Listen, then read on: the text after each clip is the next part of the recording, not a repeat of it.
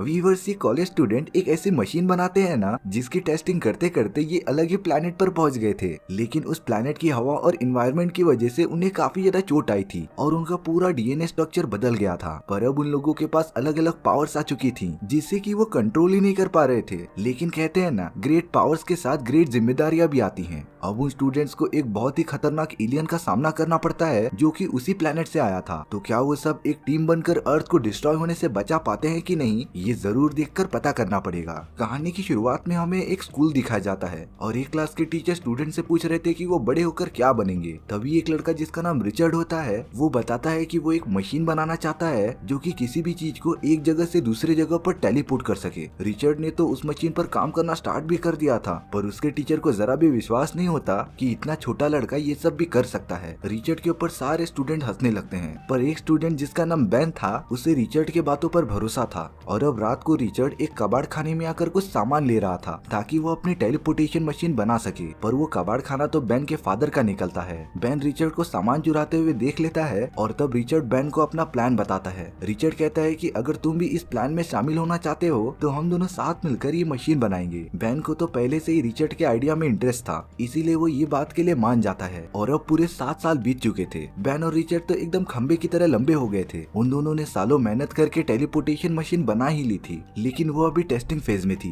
पर तभी भी रिचर्ड और बेन एक साइंस एग्जीबिशन में आए हुए होते हैं। उन्होंने तो उसमें पार्टिसिपेट भी कर लिया था। इसके बाद बेन और रिचर्ड वहाँ के मॉडरेटर्स को अपना मशीन दिखाने लगते हैं। रिचर्ड अपने टेलीपोर्टेशन मशीन में एक छोटा सा प्लेन रखता है और जब वो मशीन को ऑन करता है तो वो छोटा सा एरोप्लेन गायब हो चुका था, यानी कि वो कहीं पर टेलीपोर्ट हो गया था। पर मॉडरेटर्स को लग रहा था कि बेन और रिचर्ड एक ट्रिक कर रहे हैं और उनकी ये मशीन एकदम से बकवास है, इसीलिए वो बेन और रिचर्ड को इस एग्जीबिशन से बाहर निकाल देते हैं। पर उन्हें इस बात का जरा सा भी अंदाजा नहीं था कि बेन और रिचर्ड ने क्या कारनामा कर दिया था। अब सिर्फ उनकी काबिलियत को पहचानने वाला आदमी चाहिए था। तभी वहाँ पर एक बहुत बड़े इंस्टीट्यूट के प्रिंसिपल आ जाते हैं जिनका नाम डॉक्टर फ्रैंकलिन था। जब वो अपनी बेटी सुजैन के साथ वहाँ पर आते हैं तो वो बेन और रिचर्ड का ये प्रोजेक्ट देखकर काफी शॉक हो गए थे, क्योंकि वो खुद ऐसी टेलीपोर्टेशन मशीन पर काम कर रहे थे और उन्हें उस मशीन को बनाने में काफी टाइम लग गया था। पर अभी भी वो बना नहीं था, लेकिन बेन और रिचर्ड की मशीन ऑलमोस्ट रेडी थी। डॉक्टर फ्रैंकलिन उन दोनों को उस मशीन के बारे में कुछ बताते हैं कि ये मशीन अगर किसी भी चीज को टेलीपोर्ट कर देगी तो उसे वो वापस नहीं ला पाएंगे,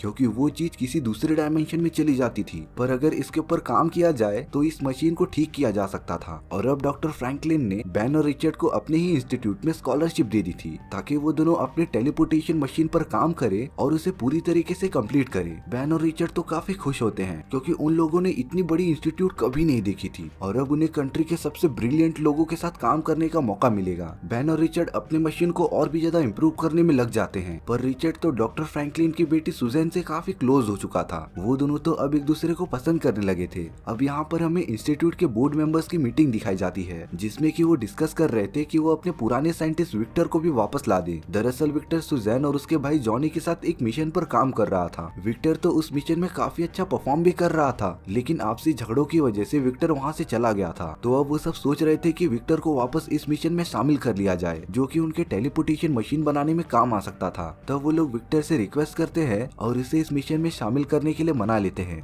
अब विक्टर अपनी पूरी टीम से मिलता है जिसमें कि रिचर्ड और बेन भी थे। इस मिशन में तो सुजैन का भाई जॉनी भी था। तो अब वो सब साथ मिलकर उस टेलीपोर्टेशन मशीन को बनाना स्टार्ट कर देते हैं और अब काफी दिनों की मेहनत के बाद वो सब टेलीपोर्टेशन मशीन बनाने में कामयाब भी हो जाते हैं। लेकिन अब बारी थी टेस्टिंग की, तो इसीलिए उन लोगों ने मशीन में एक चिंपैंजी को रख दिया था और मशीन को चालू करके उसे दूसरी जगह पर टेलीपोर्ट कर दिया था। उनकी मशीन ने तो एकदम 100% काम किया, बल्कि वो लोग उस चिंपैंजी को वापस लाने में भी कामयाब हो चुके थे। ये उन लोगों के लिए सबसे बड़ा इन्वेंशन था जो कि इतिहास के पन्नों में लिखा जाने वाला था। तभी बोर्ड मेंबर्स वहाँ आकर सबसे कहते हैं कि वो कुछ ही दिनों में नासा से कांटेक्ट करेंगे ताकि उनके एस्ट्रोनॉट इस मशीन को यूज करे और चेक कर सके कि ये इंसानों के लिए भी अच्छा रहेगा कि नहीं। पर रिचर्ड और उसकी टीम को ये बात अच्छी नहीं लगती, क्योंकि वो नहीं चाहते थे कि उनकी सारी मेहनत का क्रेडिट वो नासा के एस्ट्रोनॉट ले ले और उनका नाम काफी फेमस हो जाए। वो लोग सबसे पहले खुद ही अपने मशीन का टेस्ट करना चाहते थे, इसीलिए रिचर्ड की टीम बोर्ड ऑफ मेंबर से परमिशन मांगकर उस डिवाइस का यूज करने के लिए तैयार होती रहती है। और अब उस मशीन में विक्टर, जॉनी, बेन और रिचर्ड बैठ जाते हैं। टेलीपोर्टेशन मशीन चालू होने के बाद वो सब एक अलग ही प्लेनेट पर पहुंच गए थे जिसका नाम प्लेनेट 0 था और ये प्लेनेट तो अभी तक डिस्कवर भी नहीं हुआ था। वहाँ का पूरा इन्वायरमेंट एनवायरनमेंट अर्थ से काफी ज्यादा अलग था। सुजैन लेबोरेटरी में ही रुककर उन सभी की मदद कर रही थी और जब यहाँ दूसरे प्लेनेट पर वो लोग आगे बढ़ते हैं तो विक्टर वहाँ पर हरे कलर का लावा देखता है जो कि काफी अजीब था।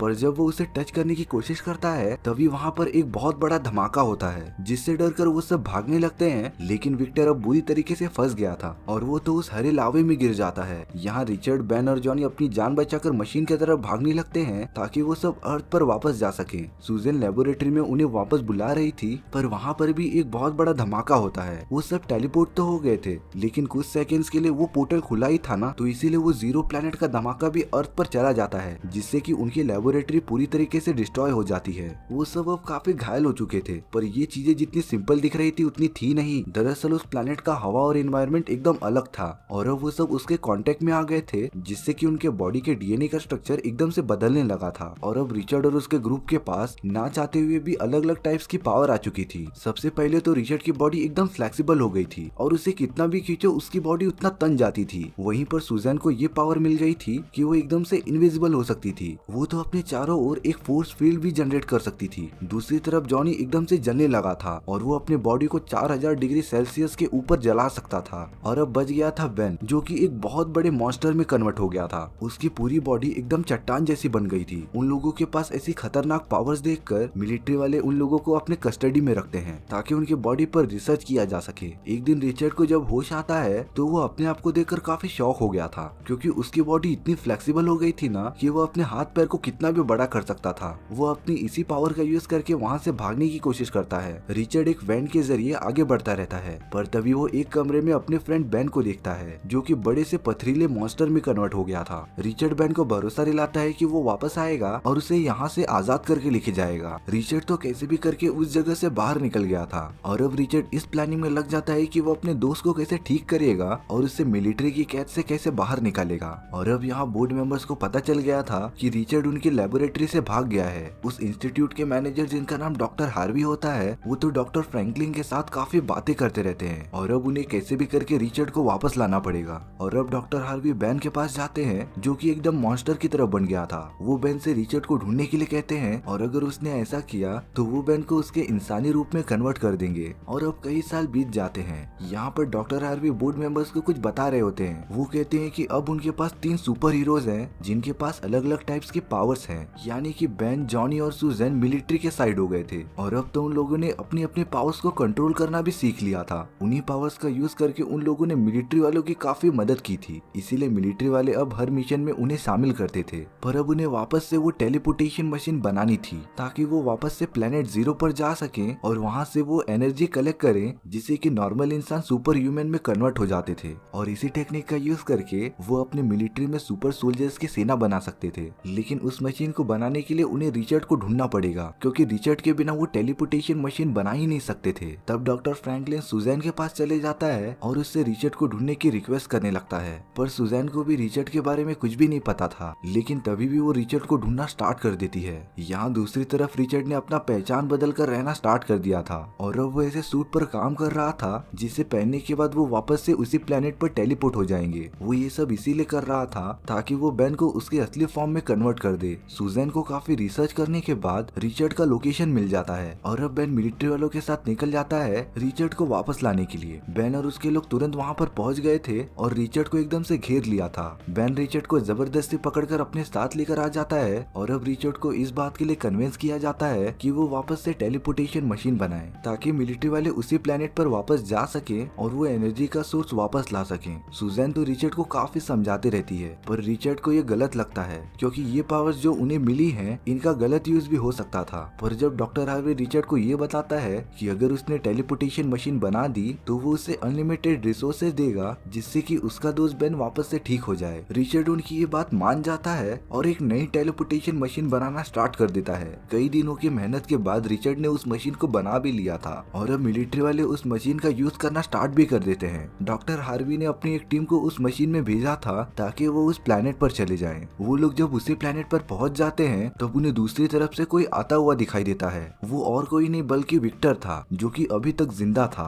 डॉक्टर हार्वी और बाकी सभी को लगा था कि विक्टर जब लास्ट टाइम उस प्लेनेट पर गया था तो वो लावा में जलकर मर गया था, पर ऐसा नहीं था। अब वो लोग विक्टर को लेकर वापस अपने लेबोरेटरी में आ गए थे। विक्टर की हालत काफी ज्यादा खराब थी, लेकिन अभी भी उसकी सांसें चल रही थी। उन लोगों को इस बात का भरोसा ही नहीं हो रहा था कि विक्टर इतने टाइम तक उस प्लेनेट पर जिंदा कैसे रहा, यानी कि अब विक्टर के पास भी सुपर पावर्स आ चुकी थी। लेकिन उन लोगों को इस बारे में नहीं पता था कि विक्टर के दिमाग में तो कुछ और ही चल रहा है। तभी विक्टर अचानक से उठ जाता है और डॉक्टर हार्वी और उसकी पूरी टीम को खत्म कर देता है। दरअसल विक्टर इस बात से गुस्सा था कि लास्ट टाइम जब वो उस प्लेनेट पर फंस गया था तो उसे बचाने के लिए कोई भी नहीं आया था, तो अब वो सभी लोगों को मारकर अर्थ को डिस्ट्रॉय करना चाहता था, ताकि वो अपनी नई पावर्स का यूज करके एक दूसरे अर्थ को जनरेट करे, ताकि वो अपने प्लेनेट जीरो पर वापस जा सके। विक्टर के सामने डॉक्टर फ्रैंकलिन भी आ जाते हैं। वो विक्टर को समझाते रहते हैं कि वो गलत रास्ते पर निकल चुका है और उसे ये नहीं करना चाहिए, लेकिन विक्टर उनकी बात बिल्कुल सुनता ही नहीं और उन्हें अपनी पावर्स का यूज करके मार देता है। अब विक्टर उस मशीन को चालू करके टेलीपोर्ट हो जाता है अपने प्लेनेट पर, लेकिन उसने मशीन की पावर काफी ज्यादा बढ़ा दी थी, जिससे कि रिचर्ड और उसके सभी साथी उस मशीन के पोर्टल की तरफ अट्रैक्ट होने लगते हैं और वो भी टेलीपोर्ट होकर उसी प्लेनेट पर पहुंच जाते हैं। दरअसल विक्टर उस मशीन का यूज करके एक ऐसा पोर्टल बना रहा था जिससे कि अर्थ धीरे धीरे करके उसके अंदर खींचता चला जाएगा और तब जाकर विक्टर एक नया प्लेनेट बनाएगा। और अगर विक्टर ऐसा ही करता रहा तो पूरी पृथ्वी डिस्ट्रॉय हो जाएगी। इसीलिए रिचर्ड और उसके दोस्त विक्टर को रोकने चले जाते हैं, लेकिन उनकी पावर्स विक्टर के सामने बहुत ही कम थी, क्योंकि विक्टर के पास टेलीकिनेटिक पावर्स थी और उसकी पूरी बॉडी मेटल से बनी थी। वो चारों सुपर हीरोज चाहकर भी विक्टर का कुछ भी कर नहीं पा रहे थे। विक्टर से काफी ज्यादा मार खाने के बाद उन चारों को ये रियलाइज होता है कि उन्हें एक एक करके हमला करने के बजाय एक टीम बनकर साथ में हमला करना चाहिए, और ये प्लान हमेशा ही वर्क करता है। अगर आपका दुश्मन क्वांटिटी में कम हो लेकिन काफी ज्यादा पावरफुल हो तो आप एक साथ मिलकर उसे आसानी से हरा सकते हो। यही सेम स्ट्रेटेजी रिचर्ड और उसके दोस्त यूज करते हैं। वो चारों अब साथ मिलकर विक्टर पर हमला करना स्टार्ट कर देते हैं। रिचर्ड और सुजैन विक्टर का ध्यान भटकाते रहते हैं। तभी बेन पीछे से आकर विक्टर को एक जोर से पंच मारता है, जिससे कि विक्टर उसी पोर्टल में चला जाता है जहां से अर्थ की पूरी जमीन खींची चली जा रही थी, और अब विक्टर पूरा उसके अंदर फंस गया था, जिससे कि वो पूरी तरीके से डिस्ट्रॉय हो जाता है और एक अलग ही डायमेंशन में चला जाता है। जॉनी यहाँ अपनी आग वाली पावर का यूज करता है और कैसे भी करके उस टेलीपोर्टेशन मशीन को बंद कर देता है, जिससे कि पृथ्वी के टुकड़े होना बंद हो जाते हैं और अब पृथ्वी पूरी तरीके से सेफ थी। उन चारों के वापस आने के बाद यूएस मिलिट्री उनसे काफी खुश होती है, क्योंकि उन्होंने ना ही उनका मिशन कंप्लीट किया बल्कि अर्थ को डिस्ट्रॉय होने से भी बचाया। वो उन चारों को एक ऐसा रिसर्च सेंटर देते हैं जहाँ पर वो अपनी पावर्स को टेस्ट कर सके और प्रैक्टिस करके इम्प्रूव कर सके, ताकि वो चारों फ्यूचर में आने वाली मुसीबतों में यूएस मिलिट्री का साथ दे सके। रिचर्ड और उसके बाकी दोस्त मिलकर ये डिसाइड करते हैं कि वो अब अपनी पावर्स का यूज लोगों की अच्छाई के लिए करेंगे, और इसी के साथ ये सुपर हीरो मूवी यहीं पर खत्म हो जाती है। सो व्यूअर्स, आपको ये स्टोरी कैसी लगी प्लीज कमेंट सेक्शन में बता दो, और अगर आपको मेरा एक्सप्लेनेशन 1% भी अच्छा लगा होगा ना तो वीडियो को लाइक एंड चैनल को सब्सक्राइब जरूर कर देना, क्योंकि इससे मुझे काफी ज्यादा मोटिवेशन मिलता है आपके लिए इसी तरीके की मजेदार स्टोरीज लाने के लिए। तो मिलते हैं नेक्स्ट वीडियो में, सी या।